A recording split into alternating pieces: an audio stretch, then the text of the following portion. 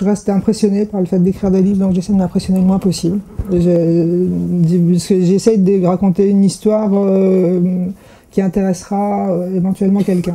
C'est à peu près comme ça que je commence.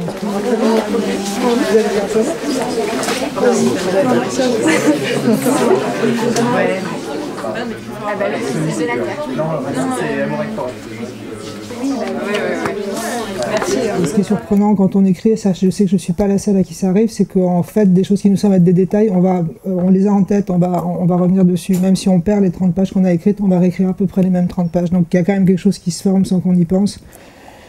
Quel roman, quoi, et quelle est notre perception de qu'est-ce qui nous a marqué dans cette période-là. C'est vrai que dans les romans que moi je travaille, c'est toujours un peu comme un Polaroid de l'époque, des 2-3 dernières années, tel que je l'ai perçu, quoi. Et il y a effectivement des choses qui se fichent, qui sont pas toujours consciemment les plus importantes, mais on voit bien qu'on les retrouve. Moi, ça me frappe parce que j'écris dans le désordre énormément.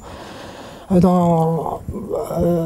a plein de passages différents et je vois bien qu'il y a des choses, je sais même pas qu'elles sont importantes, mais je vois bien que j'y reviens régulièrement encore. Des détails, des choses que j'ai entendues, quelque chose, et c'est en le travaillant que je me dis, bon bah donc ça c'est un thème à toi, faisons quelque chose, quoi.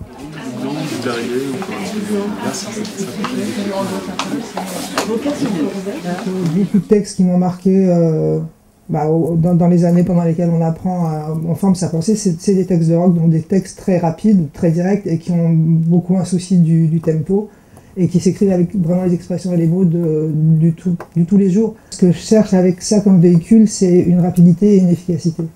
Un scénario, et après on voulait l'adapter, et ça n'a pas été possible. Alors après elle a commencé la BD, et elle a adapté le scénario en BD. Mais Nora, on a fait pas mal de trucs comme ça. Et donc la version qu'on lit là, c'est elle qui a adapté le scénario. Okay. Ah mais là c'est des dessins? Ah ok. En fait c'était plus ou moins son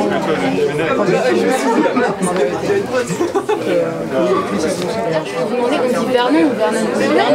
Moi je dis Vernon, mais chacun fait comme il veut.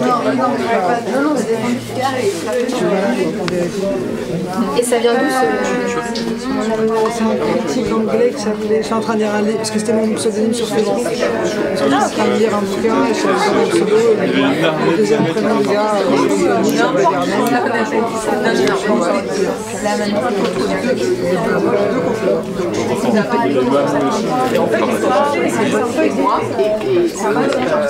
Monsieur le texte, c'est un critique aussi. Le texte, c'est le médicament qui remplace l'héroïne. Pour que les gens prennent à la place. C'était un peu une investiture, c'était un truc un peu idiot. Et après, quand j'ai cherché un nom pour le personnage, je trouvais pas. Et quand j'ai mis Vernon sur le texte, je me suis dit, ça va tout de suite.